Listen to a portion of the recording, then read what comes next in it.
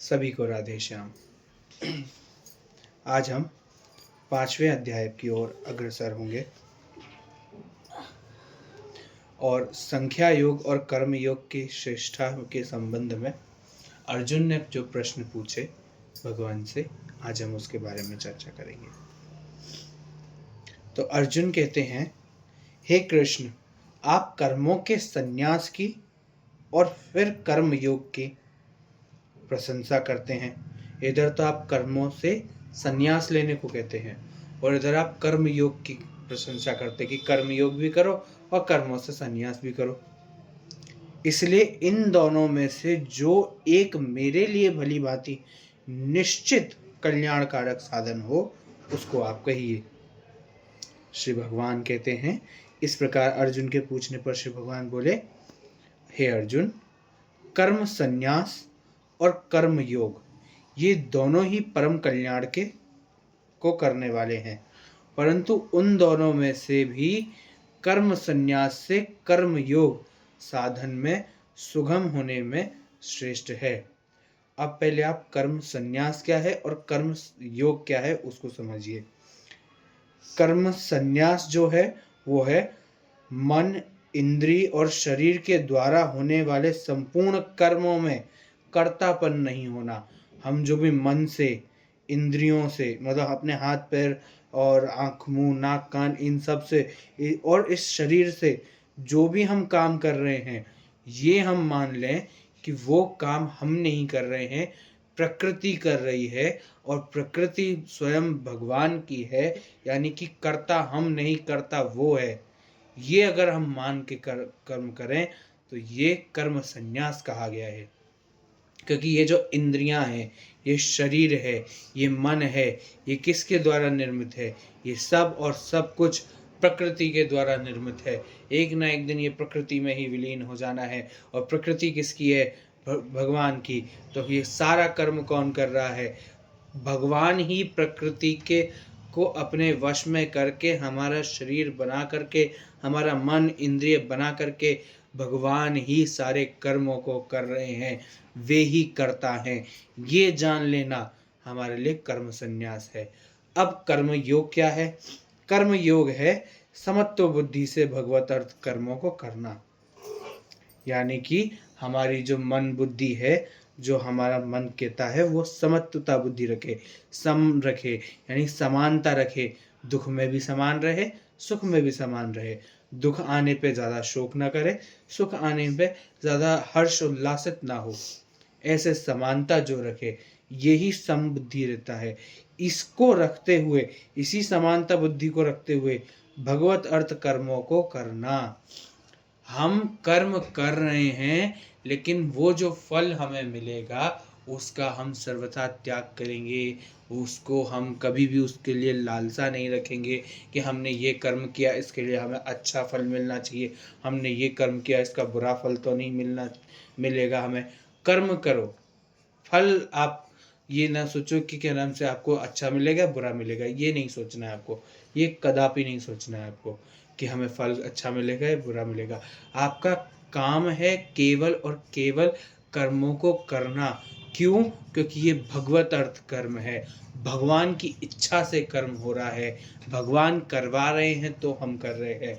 मैं वापस दोहराऊंगा, शुरुआत में हमने कहा था अभी ये कर्म संन्यास और कर्म योग दोनों में ही आप लोग ज़रा भी अपना दिमाग न दौड़ाएं कि हम जो कर्म कर रहे हैं सारा कुछ भगवान के हाथों है। यानी कि मैं आपको शुरुआत से बताते आ रहा हूँ, कर्म अलग है और षड्यंत्र से रचा हुआ कुकर्म अलग है। कुकर्म जो आप लोगों ने किए हैं या आप करते हैं उसका प्रायश्चित ही करना होगा, उसका दंड ही मिलेगा। वो भगवान के द्वारा नहीं किए गए हैं, उसमें भगवान करता नहीं है। वो कर्म संन्यास या कर्म योग नहीं कहा गया है। जो भी जितने भी कर्म आप वेद शास्त्रों के अनुसार कर रहे हैं वो आपके कर्म कहे गए हैं। यहाँ तक कि नौकरी वगैरह भी अगर आप कर रहे हैं तो वो भी वेद शास्त्रों के अनुसार है। वो भी आपका अच्छा काम है।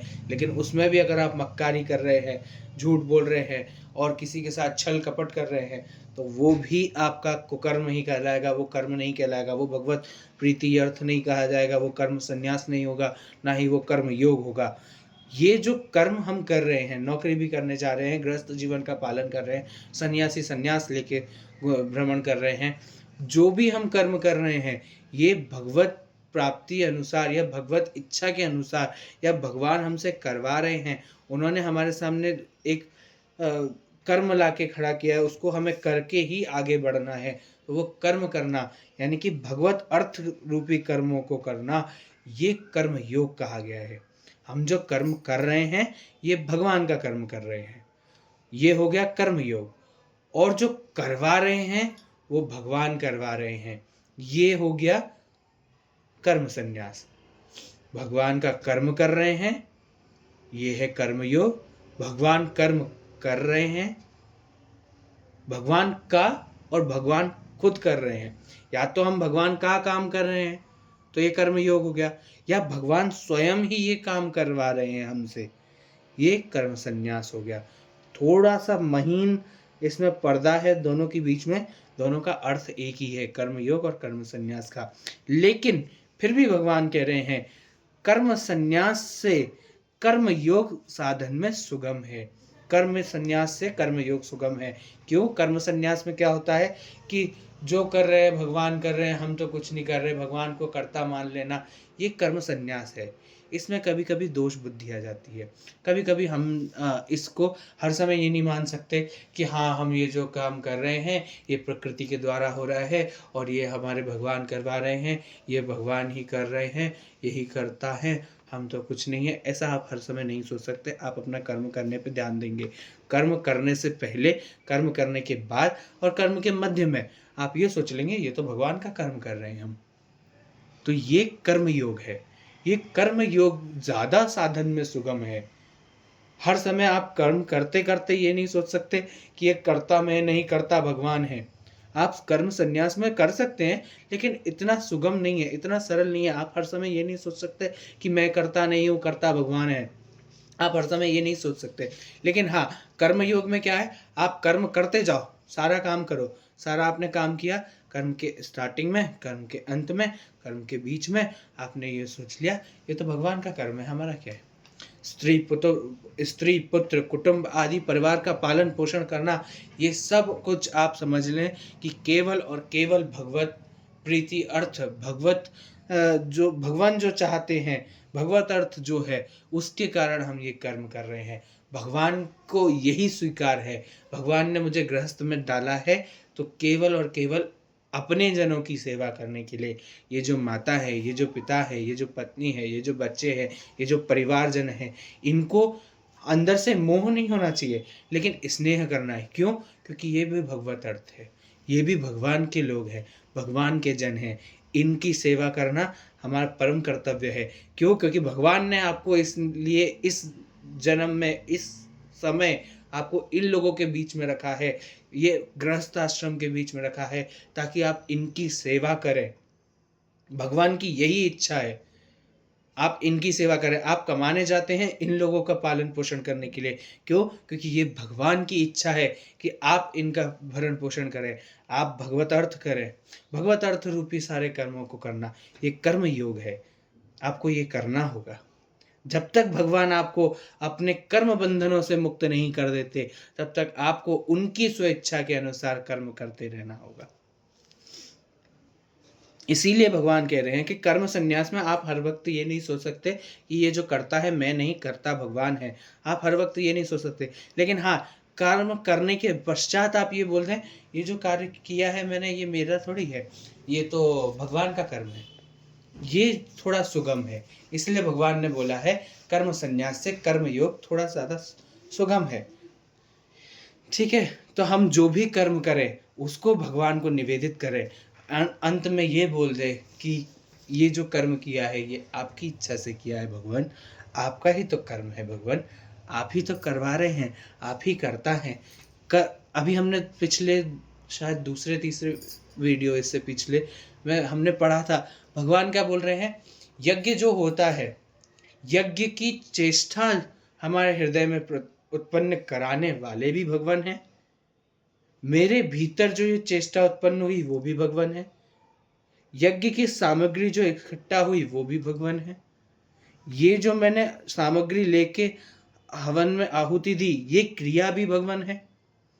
उसमें पड़ी हुई समिधा के द्वारा जो अग्नि प्रज्वलित हुई वो भी भगवान है। और उस हविष्य को पाने वाले भी भगवान हैं, और उनको देवताओं के द्वारा देवताओं के पास पहुंचाने वाले भी भगवान हैं। और उससे प्रसन्न होकर हमें फल स्वरूप हमें वायु देना, वर्षा देना, सूरज की किरणें देना और चराचर प्रकृति देना, ये भी भगवत रूपी फल है। तो सब कुछ भगवान है। हम कैसे हर एक कार्य को भगवान के चरणों में अर्पित कर सकते हैं? कैसे? क्या हम कई बार भूल जाते हैं। आप भूल जाते हैं, नाम जप करें, हर कार्य करते रहे, हर समय नाम चलता रहे। हमारे गुरुदेव कहते हैं कि मुख में नाम रहे, क से काम करो और म से मुख में नाम करो। यही काम होता है। काम क्या होता है? क से काम करते रहो, म से मुख में नाम करते रहो। हर समय नाम चलता रहना चाहिए। खाते पीते, उठते बैठते, सोते, नहाते धोते, हर समय नाम, मुख में नाम, मुख में नाम, मुख में नाम, नाम ही नाम होना चाहिए। हर एक कार्य, हर एक क्षण भगवान को समर्पित करते चलो। हर एक कार्य भगवान को समर्पित करते चलो। आपसे नहीं हो पाता है, धीरे धीरे प्रयास कीजिए, धीरे धीरे प्रयास कीजिए। एक कभी ऐसा कीजिए 24 घंटे में एक बार ले लिया, फिर एक बार करना 23 घंटे में एक बार ले लिया, फिर ऐसे ऐसे आप धीरे धीरे कि हर एक घंटे में एक बार नाम ले लेना, फिर धीरे धीरे हर 10 मिनट में एक एक बार नाम ले लेना, हर एक एक मिनट में एक बार नाम ले लेना। फिर एक समय आएगा हर एक सेकंड में एक बार आपका नाम रहेगा। फिर एक समय आएगा एक एक श्वास में एक एक नाम चलेगा आपका। और कईयों का तो महापुरुषों का एक श्वास में 16-16 बार नाम चलता है। एक श्वास में 16 बार नाम लेते हैं। दिन के 8-8, 9-9, 10-10 लाख नाम करते हैं। नाम करते चलो, नाम करते चलो, सब कुछ भगवान को अर्पित हो जाएगा। और नाम से आपको क्या चाहिए, क्या चाहिए आपको, सब मिल जाएगा, सब कुछ। नाम में बहुत प्रबल शक्ति है। नाम करेंगे आपको दुनिया की हर एक चीज मिल जाएगी, हर एक चीज, सब कुछ मिलेगा आपको। नाम करते रहना चाहिए। राधे श्याम। आगे हम कल पढ़ेंगे।